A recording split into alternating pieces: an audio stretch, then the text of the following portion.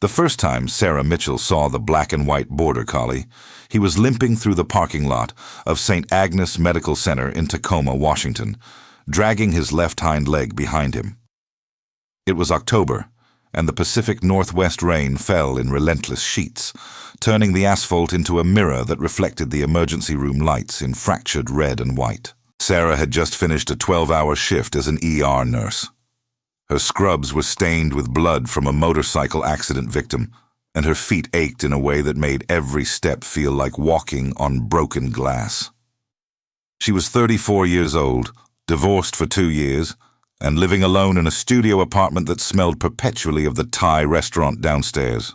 The dog looked up at her with eyes that seemed to hold an entire conversation. Desperation, pain, and something else she couldn't quite name. "Hey, buddy," she said, crouching down despite her exhaustion. The dog's fur was matted and soaked, and when she ran her hand along his ribs, she could count each one. He wore no collar. His paws were raw and bleeding, as if he'd been walking for days. "Before we continue, if you're watching from somewhere in this world, I'd love to know where. Drop a comment telling me your location, and if stories like this one matter to you, please subscribe. It helps more than you know." Now back to Sarah and the dog, who would change everything. She couldn't leave him there. That was her first mistake, or perhaps her first act of grace. She was never quite sure which. She carried him to her Honda Civic, the dog whimpering softly as she settled him in the back seat on an old blanket she kept for grocery shopping. He smelled like wet earth and something metallic, like old pennies left in the rain. The emergency veterinary clinic on Pacific Avenue was the only place open at 1 in the morning. Dr.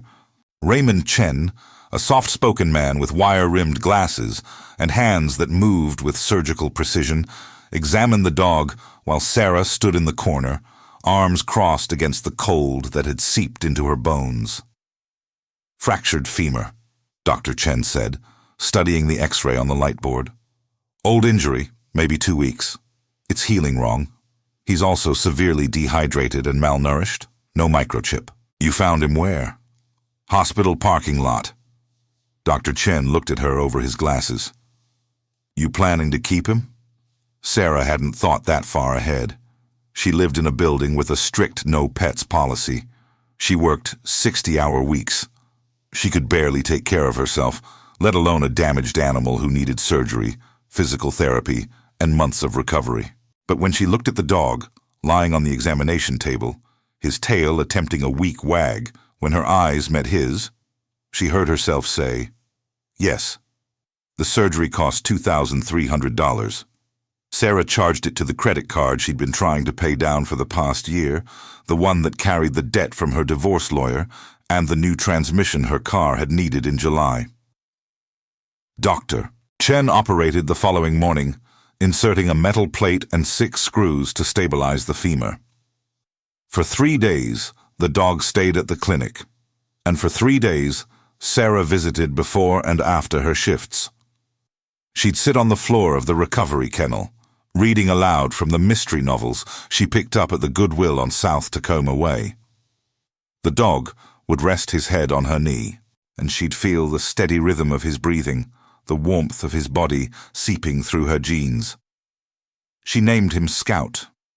It came to her during one of those visits, watching the way his eyes tracked every movement in the clinic, alert and observant despite the pain medication. He was a watcher, a guardian, a scout. Her landlord, Mr. Kowalski, was a 68-year-old widower who smelled like pipe tobacco and wore the same plaid vest every day.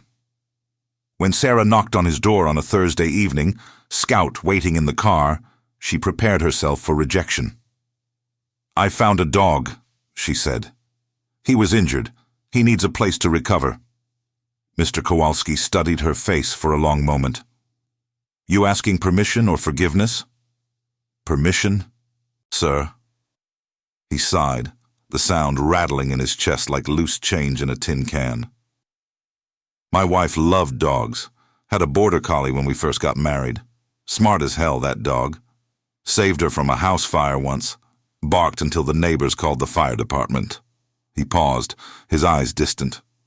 Temporary, understand? Just until he's healed. Temporary, Sarah agreed, knowing it was a lie, even as she spoke it.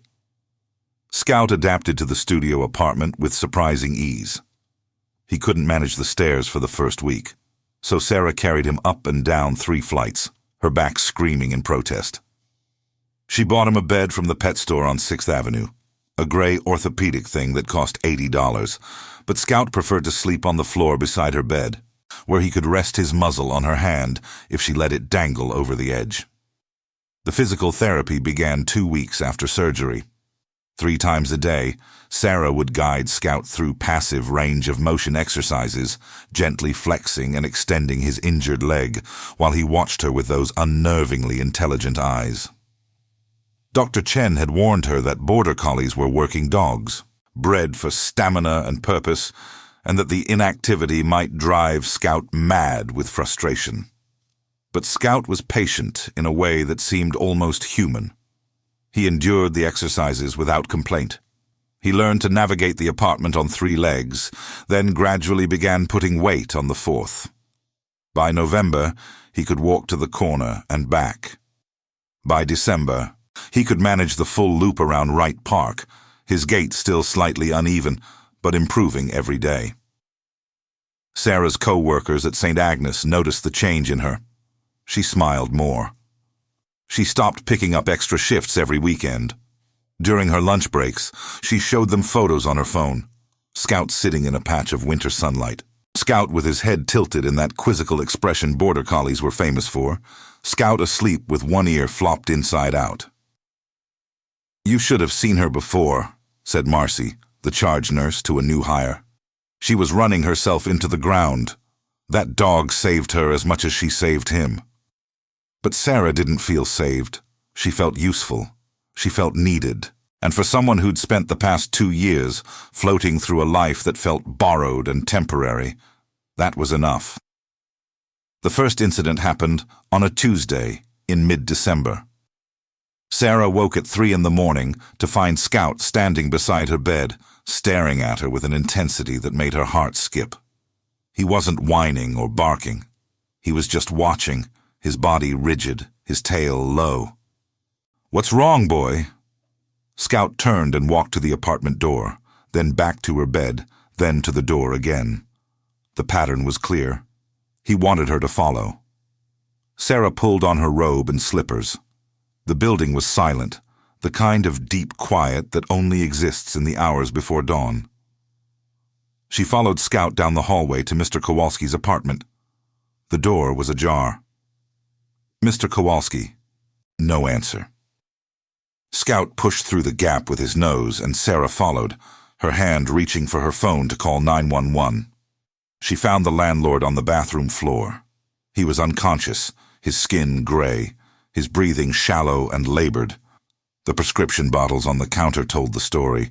He'd been taking medication for atrial fibrillation, and something had gone wrong. A stroke, maybe, or a cardiac event. Sarah's training took over. She checked his pulse, weak and irregular. She tilted his head back to clear his airway. She called 911, her voice calm and professional despite the adrenaline flooding her system, giving the dispatcher their address and Mr. Kowalski's condition. The ambulance arrived in 6 minutes. The paramedics, one of whom Sarah recognized from the ER, stabilized Mr. Kowalski and transported him to St. Agnes. Sarah rode along, Scout waiting in her apartment with a bowl of water and the television left on for company. Mr. Kowalski survived. The doctor said he'd had a transient ischemic attack, a warning stroke. If he'd been found even an hour later, the outcome might have been different. Brain damage, permanent disability, death. "How did you know to check on me?" Mr. Kowalski asked when Sarah visited him 2 days later, bringing a container of homemade chicken soup she'd learned to make from a YouTube video. "I didn't. Scout did." The old man looked at her, his eyes watery behind his thick glasses. "That dog of yours is special." "He's not mine." Sarah said automatically, then stopped. Actually, yes. Yes, he is. Mr. Kowalski smiled. About damn time you admitted it. When Sarah returned to her apartment that evening, she sat on the floor beside Scout and wrapped her arms around his neck. He leaned into her, solid and warm and real, and she felt something shift inside her chest, a lightness she hadn't experienced in years. "You're a good boy," she whispered. "The very best boy." Scout's tail thumped against the floor, and in that moment, Sarah understood that rescue was never a one-way street. She had pulled him from a parking lot in the rain, broken and abandoned. But he had pulled her from something too. A quiet desperation, a life lived on autopilot, a loneliness so profound she'd stopped noticing it. They were bound now, in ways that went deeper than ownership or obligation. They were partners. They were family.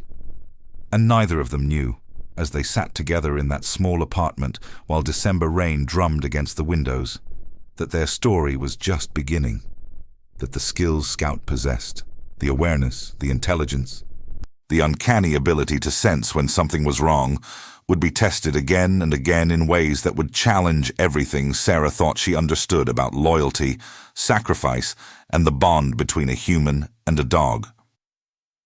But that night, all Sarah knew was that she was no longer alone. And for now, that was everything. Winter settled over Tacoma like a gray wool blanket. The days grew shorter, and the rain that had been persistent in autumn became punishing in January, turning the streets into rivers and the sky into a constant ceiling of slate. Sarah's shifts at St. Agnes Medical Center continued their brutal rhythm. 12 hours on, 12 hours off, with occasional doubles when the ER was understaffed or when a multi-car pileup on I-5 sent a flood of broken bodies through their doors. Scout's recovery progressed ahead of schedule. By late January, his limp had diminished to barely noticeable, and the morning walks around Wright Park stretched from 15 minutes to 45. Sarah would throw a tennis ball, and Scout would chase it with the focused intensity that defined his breed, bringing it back with precise drops at her feet, his eyes already anticipating the next throw. "He's got that border collie stare," remarked Tom Benson, a retired postal worker who walked his elderly Labrador along the same paths. "My cousin raises them on a ranch in eastern Washington, says they're the smartest dogs you'll ever meet, but they need a job, or they'll invent one for themselves." Sarah thought about that conversation later, thought about jobs and purpose, and the way Scout seemed to vibrate with contained energy even when he was lying still. Border collies were herding dogs, bred to work sheep across the Scottish Highlands, to make split-second decisions and respond to subtle commands. What job could Scout have here, in a studio apartment in Tacoma, with an owner who worked 60 hours a week at a trauma center? The answer came in February, on a Wednesday night that started like any other. Sarah had picked up a double shift, covering for another nurse whose daughter had the flu. She'd been on her feet for 18 hours straight, dealing with everything from a construction worker with a nail through his hand to a teenage overdose that required 3 doses of Narcan and ended with the girl's mother sobbing in the waiting room. By the time Sarah's relief arrived at 2 a.m, she could barely feel her legs. The drive home was automatic. She barely remembered the route, down Martin Luther King Jr. Way, left on Division, right on Yakima. The Thai restaurant was dark, the streets empty except for a few cars parked along the curbs and a homeless man sleeping in the doorway of the closed hardware store. She climbed the 3 flights of stairs to her apartment, her hand trailing along the railing for support. She could hear Scout before she opened the door, his nails clicking against the hardwood as he paced, that low whine he made when he was anxious or needed to go outside. "Hey, buddy. I know. Long shift. Let me just—" The room tilted. Sarah grabbed the doorframe, but her hand slipped, and suddenly the floor was rushing up to meet her face. She didn't feel the impact. There was just a moment of confusion. her body refusing to respond to her commands, and then nothing. When consciousness returned, it came in fragments, the taste of copper in her mouth, the feel of something warm and wet against her face, a weight on her chest. Scout's face inches from hers, his eyes wide, his body pressed against her, as if he could physically hold her to this world through sheer force of will. Sarah tried to speak, but her tongue felt thick and clumsy. Her left arm wouldn't move. The left side of her face was numb, and when she tried to lift her head, the world spun sickeningly. Stroke. The word formed in her mind with terrifying clarity. She was having a stroke. She was 34 years old. She ran 5 miles twice a week. She didn't smoke, rarely drank, had no family history of cardiovascular disease. But she was also exhausted, had been skipping meals, living on coffee and adrenaline, pushing her body past every reasonable limit. And now her body was pushing back. Scout barked. It was sharp and insistent, nothing like his usual quiet demeanor. He barked again, then again, the sound echoing through the small apartment, and undoubtedly into the hallway beyond. Sarah wanted to tell him to stop, that he'd wake the neighbors, that Mr. Kowalski needed his sleep, but the words wouldn't come. Her mouth wouldn't form the shapes. She could only lie there, her face pressed against the cold floor, while Scout barked with increasing urgency. She heard footsteps in the hallway. A knock, then Mr. Kowalski's voice, muffled through the door. "Sarah, everything okay in there?" More barking, frantic now. Scout left Sarah's side and went to the door, scratching at it, his barks punctuated by that high-pitched whine. "I'm coming in," Mr. Kowalski called. He had a spare key, kept it on a hook in his apartment for emergencies. Sarah heard it turn in the lock, heard the door swing open, heard Mr. Kowalski's sharp intake of breath. "Jesus, Sarah, can you hear me?" She tried to nod, but her head wouldn't cooperate. Scout was there again, licking her face, his body trembling. "I'm calling 911, Mr. Kowalski said, and Sarah could hear the fear in his voice, the memory of his own medical emergency still fresh. "Hold on. Sweetheart, just hold on." The ambulance arrived in 4 minutes. Sarah knew this because one of the paramedics commented on it. Must be a record for this neighborhood. As they loaded her onto the gurney, she recognized them both, Dave Martinez and Kelly O'Brien. She'd worked with them dozens of times, had shared coffee in the ER break room, had complained about the broken vending machine and the hospital's new electronic charting system that crashed twice a week. Now they were seeing her like this. Helpless. Vulnerable. Broken. Possible CVA, Dave said, using the clinical shorthand for cerebrovascular accident. Stroke. Left-sided facial droop, left arm weakness, pupils equal and reactive. BP is 180 over 110.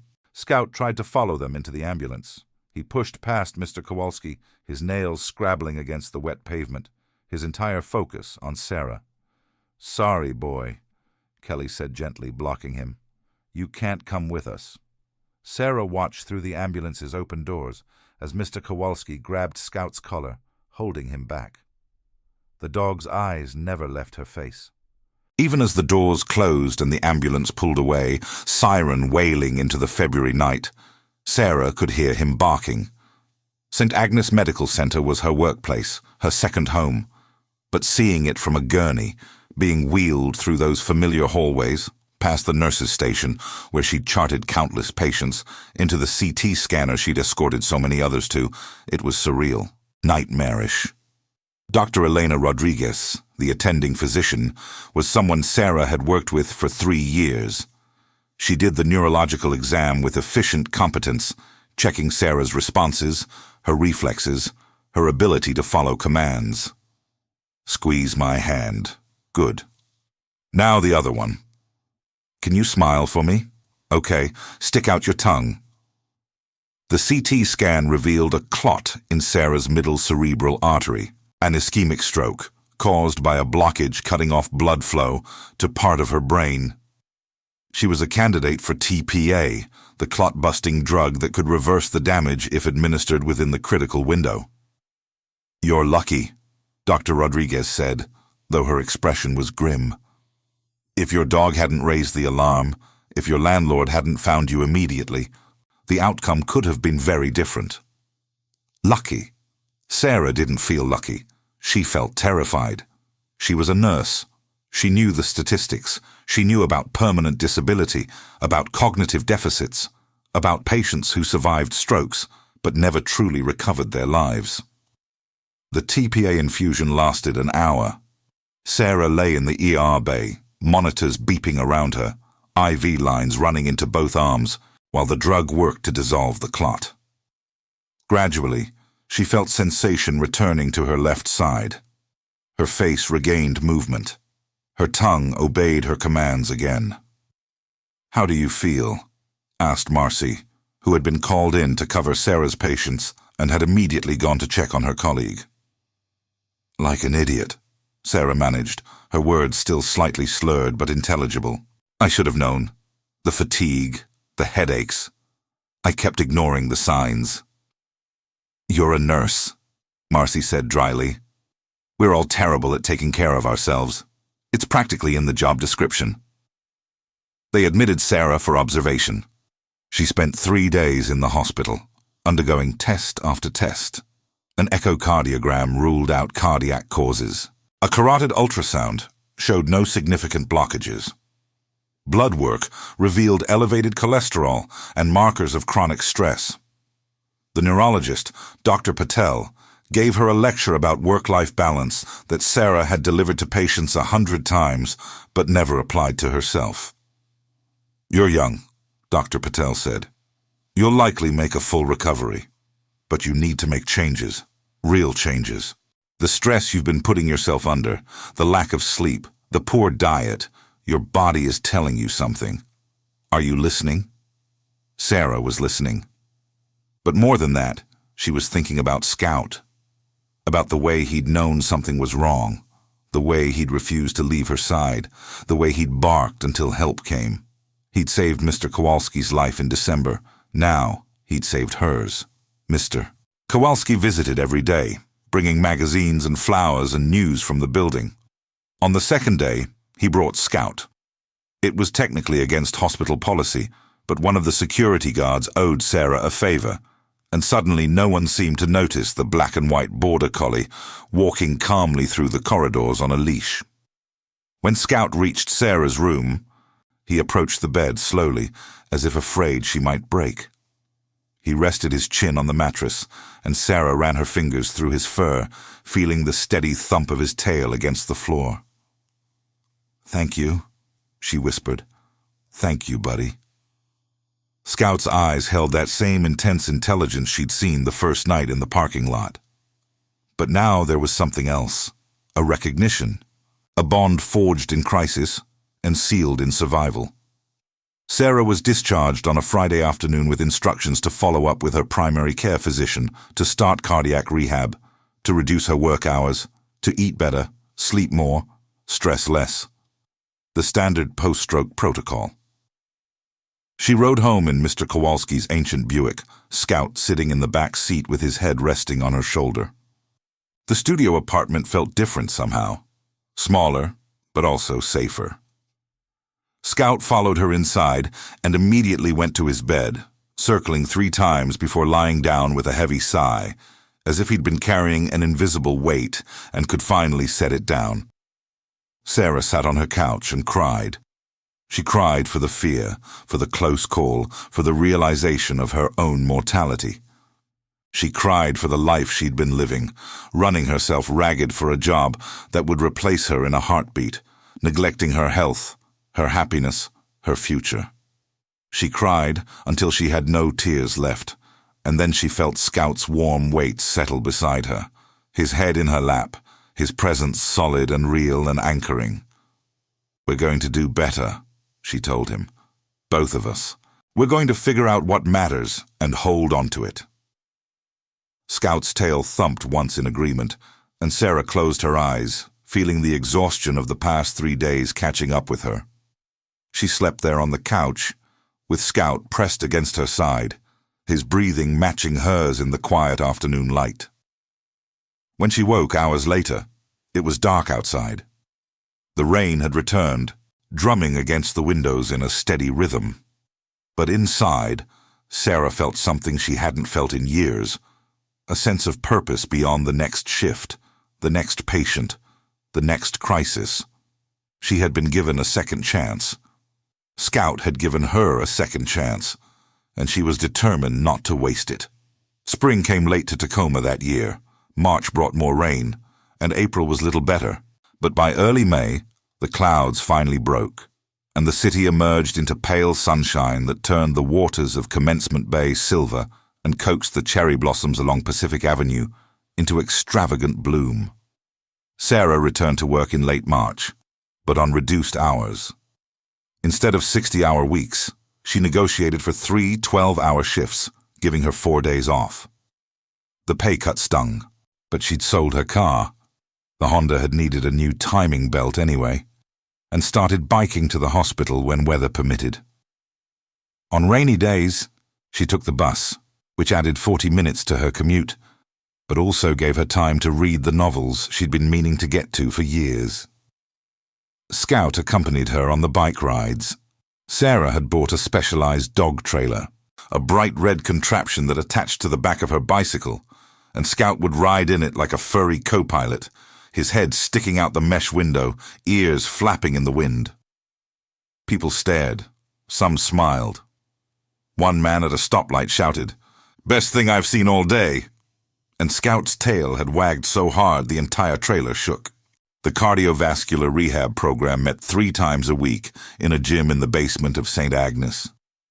Sarah joined a group of mostly older adults, heart attack survivors, bypass patients, people learning to live with new limitations. She was by far the youngest. Frank, a 62-year-old accountant, joked that she brought down the average age by at least a decade. "What's your secret?" asked Margaret, a 70-year-old grandmother of 6 who'd had a triple bypass in February. "You look too healthy to be here." "Stress," Sarah admitted. "I was working myself to death, literally." Margaret nodded knowingly. "My husband used to tell me I worried too much. Turns out worry weighs more than you think." During one of these sessions, Sarah met Dr. James Okoye, a cardiologist who volunteered his time with the rehab program. He was from Nigeria originally, had completed his medical training in London before moving to the United States 15 years ago. He had kind eyes and a booming laugh that echoed through the gym. "Your recovery has been remarkable," he told Sarah after reviewing her latest stress test results. "Your ejection fraction is back to normal. Neurologically, you're functioning at pre-stroke levels. How are you feeling?" "Tired," Sarah said honestly, "but good tired. Like I'm actually resting instead of just collapsing."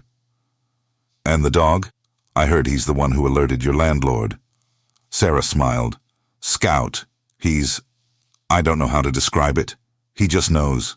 He knew Mr. Kowalski was in trouble. He knew I was having a stroke before I did." Dr. Okoye's interest sharpened. "Medical alert dogs are trained to detect changes in blood chemistry, heart rate, even brain activity. But your dog isn't trained, correct?" "Not formally. He's just observant." "More than observant. What you're describing sounds like natural ability. Some dogs have it. An intuitive sense for medical emergencies. It's rare in untrained animals." He paused. "Have you ever considered having him formally trained? Certified as a medical alert dog?" The idea had never occurred to Sarah. She knew about service dogs. She'd seen them in the hospital, calm and focused animals that helped patients with mobility issues or PTSD. But a medical alert dog, that was different, more specialized. "Where would I even start?" she asked. Dr. Okoye pulled out his phone and scrolled through his contacts. "I know someone, Christina Park. She runs a training facility in Kent, specializes in medical alert and psychiatric service dogs. She's expensive, but she's the best. Tell her I sent you." Sarah called Christina that evening. The trainer's voice was professional but warm, and she asked detailed questions about Scout's behavior, his responses during the 2 medical emergencies, his temperament and background. "Border Collies are excellent candidates for this kind of work," Christina said. "They're intelligent, focused, and they form deep bonds with their handlers. The fact that he's already demonstrated natural ability is remarkable. Can you bring him in for an evaluation?" The facility in Kent was a converted warehouse with indoor and outdoor training areas. Sarah arrived on a Saturday morning, Scout on a leash beside her, both of them slightly nervous. Christina met them at the entrance, a woman in her 40s with short black hair and forearms marked with old scars, evidence of years working with dogs. She spent 2 hours evaluating Scout. She put him through obedience tests, distraction tests, socialization scenarios. She had Sarah simulate a medical emergency, a fake collapse, and watched how Scout responded. Then she did something Sarah didn't expect. She sat on the floor and simply observed Scout for 20 minutes, watching the way he moved, the way he tracked Sarah's every gesture, the intensity of his focus. "He's perfect," Christina said finally. "Not just good. Perfect. The question is whether you're ready for this commitment." "What do you mean?" "Training a medical alert dog is a 12 to 18-month process. It requires consistency, dedication, and significant expense. It will change your relationship with Scout. He'll still be your companion, but he'll also be a working dog with responsibilities. And if you certify him, you'll have legal protections under the ADA, but you'll also have obligations. Are you prepared for that?" Sarah looked at Scout, who was sitting calmly at her feet, his eyes on her face. "He saved my life," she said quietly. "He saved Mr. Kowalski's life. If he can do that for other people, how can I say no?" Then we start Monday. The training was intensive. 3 times a week, Sarah and Scout made the drive to Kent for 2-hour sessions. Christina taught Scout to recognize the specific signs of cardiac distress and stroke. Changes in Sarah's gait, her breathing, her facial expressions. She taught him to alert by pawing at Sarah's leg, then escalate to barking if the alert was ignored. She taught him to fetch Sarah's phone on command, to press a medical alert button, to stay calm in crowded or chaotic environments. But the training went beyond simple commands. Christina worked on deepening the bond between Sarah and Scout, teaching them to communicate in subtle ways, a glance, a gesture, a shift in body language. She taught Sarah to trust Scout's instincts, to listen when he was trying to tell her something. "A good medical alert dog isn't following a script," Christina explained during one session. "They're reading their handler constantly, processing hundreds of tiny signals, making judgments about what's normal and what's not. Your job is to give him the framework and vocabulary to communicate what he's sensing." The cost was staggering, $15,000 for the full certification program. Sarah set up a payment plan, took a part-time job doing medical coding from home on her days off, sold everything she didn't need on Facebook Marketplace. Mr. Kowalski, when he learned what she was doing, insisted on contributing $1,000. "That dog saved my life," he said gruffly, pressing a check into her hand. "This is the least I can do." By July, Scout had mastered the basic alert behaviors. In August, they moved to public access training, teaching Scout to behave appropriately in restaurants, stores, public transportation. He learned to ignore other dogs, to navigate crowds, to remain focused on Sarah even in chaotic environments. The breakthrough came in September, during what should have been a routine training session. Sarah was simulating a cardiac episode, following Christina's instructions to reproduce the symptoms: rapid breathing, clutching her chest, simulated confusion. Scout was supposed to alert, then fetch her phone from across the room. But before Sarah could finish the simulation, Scout's behavior changed. His alert wasn't the practiced paw on her leg. It was urgent, insistent. He barked sharply, then grabbed her wrist in his mouth, not biting, just holding, and pulled her toward a chair. "Sarah, stop," Christina said sharply.